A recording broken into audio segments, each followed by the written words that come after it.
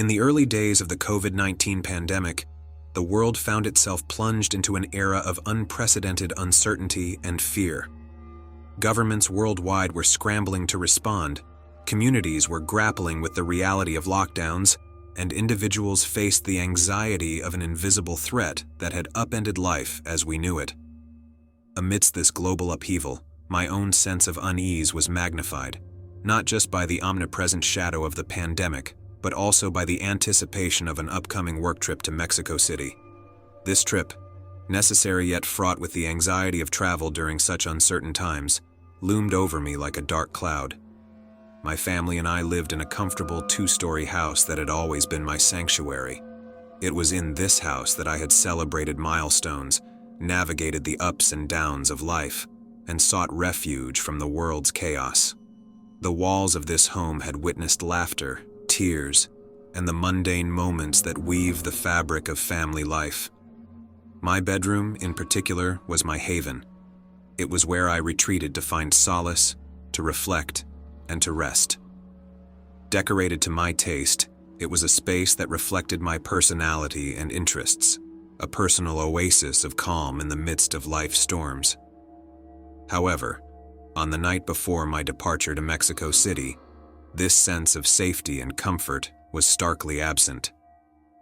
As darkness fell and the house quieted down for the night, a palpable sense of dread enveloped me. This feeling was unsettlingly out of place. My bedroom, usually a source of comfort, now felt oppressive, as if the familiarity of its walls had been replaced with an invisible presence of discomfort. The soft hum of the night, which usually lulled me into sleep, now seemed to carry a foreboding whisper. Every shadow cast by the moonlight through the window, every creak of the house settling, seemed to echo my inner turmoil.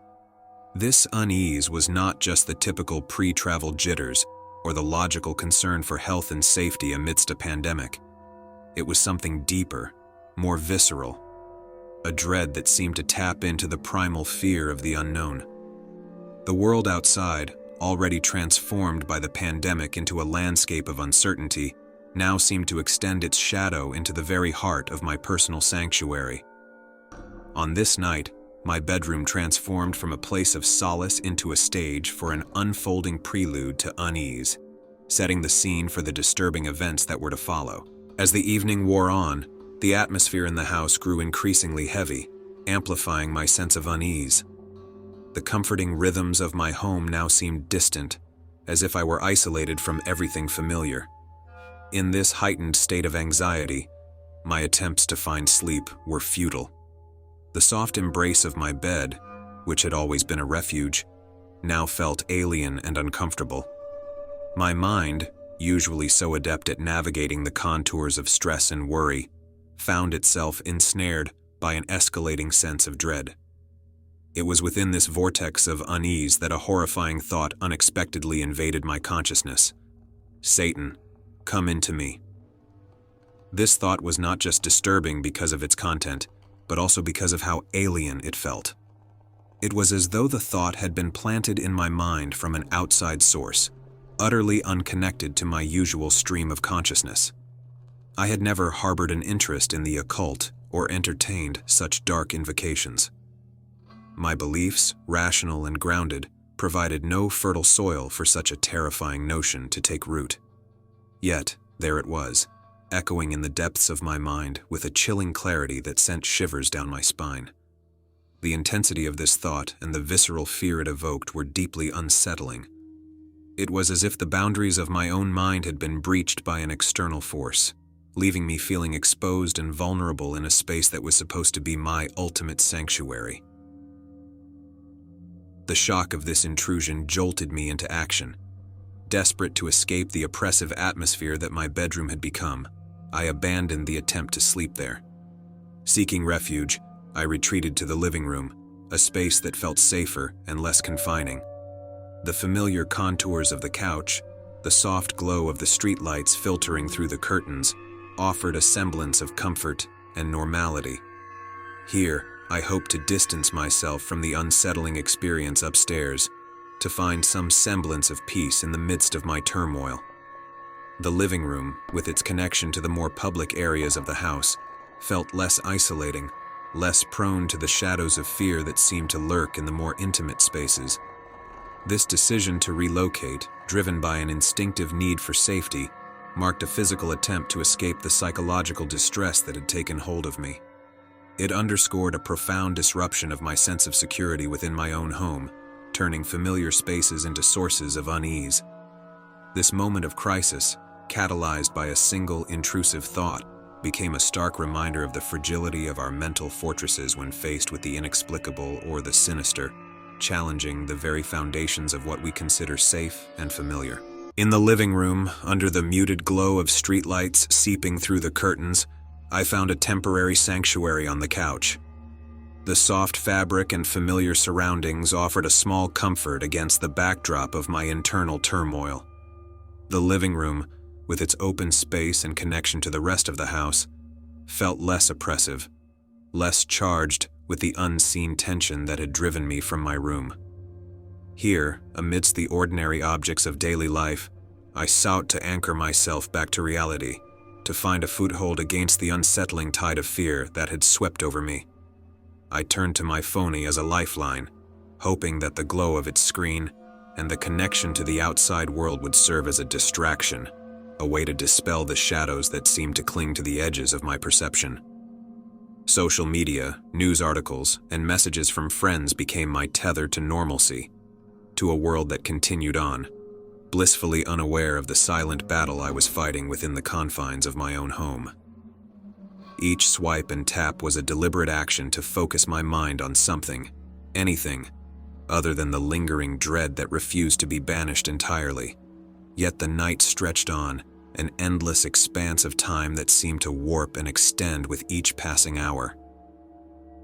Sleep, that elusive state of rest and renewal, remained just beyond my grasp.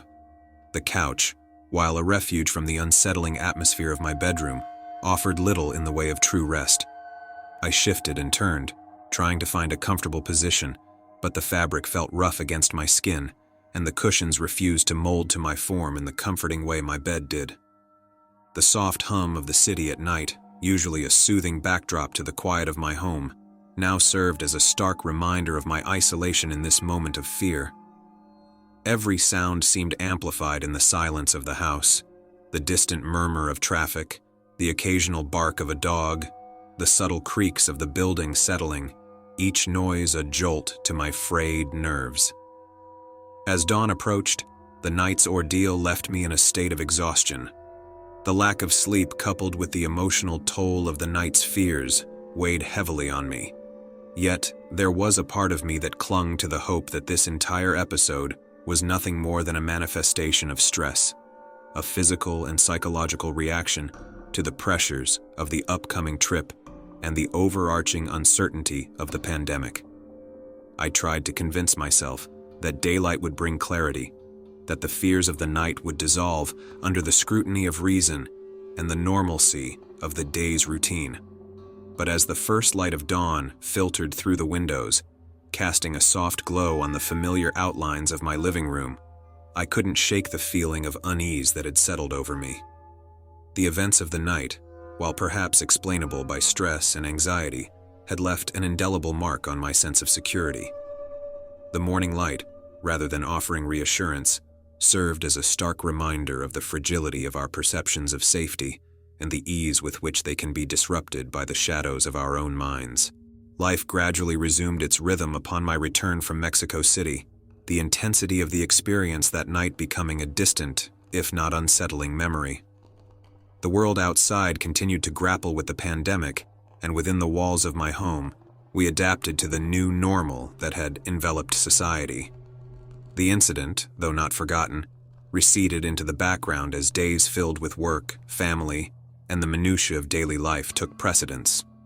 The comfort and familiarity of my home slowly began to reassert themselves, and my bedroom once again became a space of solace, though the shadow of that night lingered at the edges of my consciousness. This fragile sense of normalcy was shattered when my brother, who had been away during my own ordeal, returned home. Unaware of the events that had transpired, he took up temporary residence in my room while his own was being renovated. This arrangement seemed inconsequential at first. After all, the room had been a place of rest and peace for so many years. However, the echoes of fear and unease that had plagued me were not so easily dispelled. It was over breakfast, in the casual light of morning conversation, that my brother shared his own harrowing experience. His recounting was eerily familiar, a mirror to my own episode of dread and discomfort. He spoke of a restless night marked by an oppressive sense of fear, a feeling so intense and unprovoked that it had driven him from the bed in search of respite. And then, with a hesitance that betrayed his own disbelief, he revealed the thought that had invaded his mind, unbidden and terrifying in its clarity.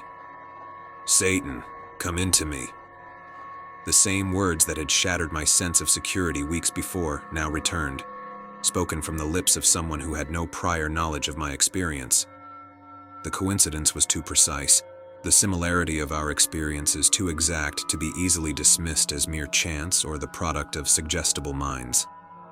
The shared nature of this encounter lent a sinister weight to the initial incident, suggesting that what had happened was not merely the result of individual stress or imagination, but perhaps indicative of something more unexplainable, more unsettling, lurking within the confines of that room.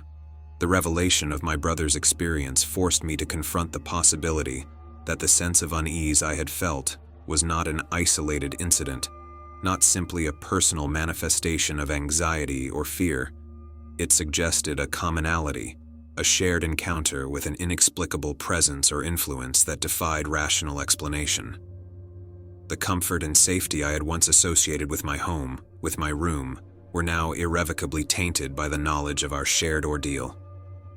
In the days that followed, our home felt different, as if the very atmosphere had been altered by the acknowledgement of our experiences.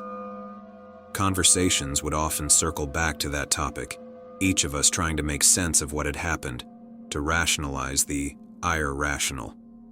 But answers remained elusive, and the sense of unease lingered, a silent testament to the encounter that had disrupted our understanding of the familiar, the safe. The incident had woven itself into the fabric of our family narrative, a chilling reminder of the unknown forces that, on occasion, pierce the veil of our understanding, leaving us with more questions than answers. The revelation of my brother's experience served as a chilling confirmation that the events I had encountered were not merely the products of my own psyche, but perhaps indicative of something far more profound and unsettling. This shared encounter with an inexplicable dread, manifesting in the very same intrusive thought, suggested an underlying reality that was difficult to dismiss or rationalize away. It was as though the veil of normalcy that had draped our lives was momentarily lifted, revealing a glimpse into a realm that defied explanation. The comfort and predictability of our home, once taken for granted, now seemed permeated by an undercurrent of unease, casting long shadows over our daily existence. In the wake of these shared experiences, the atmosphere within our home subtly shifted. Rooms that once felt warm and inviting now held a tinge of apprehension, as if the walls themselves were witness to an unseen presence, silently observing our attempts to navigate this new reality. Conversations would often veer towards speculative attempts to understand what had happened, each of us grappling with the implications of these encounters. We researched historical records of our home and the surrounding area, spoke to neighbors, and even considered the possibility of consulting experts in paranormal phenomena, all in a quest for answers that seemed perpetually out of reach. The impact of these events extended beyond the confines of our home, influencing our perceptions of the world around us. What once seemed purely rational and explainable now carried the potential for mystery, for experiences that lay just beyond the reach of logic and science. This shift in perspective was disconcerting, challenging the very foundations upon which we had built our understanding of reality. Despite our efforts to come to terms with what had happened, the mystery remained unresolved, an open question that lingered at the back of our minds. The sense of unease became a silent companion, a constant reminder of the fragility of our grasp on the known and the tangible. It underscored the human desire for understanding, for explanations that neatly tie together the loose ends of our experiences, and the discomfort that arises when faced with phenomena that defy such closure. As time passed, the intensity of the initial fear gradually faded, becoming a part of the tapestry of our family's history. Yet, it left an indelible mark on our collective psyche, a touchstone to which our thoughts would occasionally return. The incident had broadened our perception of the possible, opening us to the consideration of realities that exist beyond the scope of our understanding. It became a stark reminder of the existence of mysteries that remain tucked away in the shadows, occasionally brushing against the fabric of our lives, leaving us with a sense of wonder, fear, and a deep-seated realization that some things, perhaps, are not meant to be explained. In the end, the experience became a catalyst for a deeper exploration of the boundaries between the known and the unknown, prompting us to question the nature of reality itself. It reminded us that the world is far more complex and mysterious than we might assume, and that sometimes the pursuit of understanding can lead us to the very edge of the explainable, peering into the depths of the unexplained.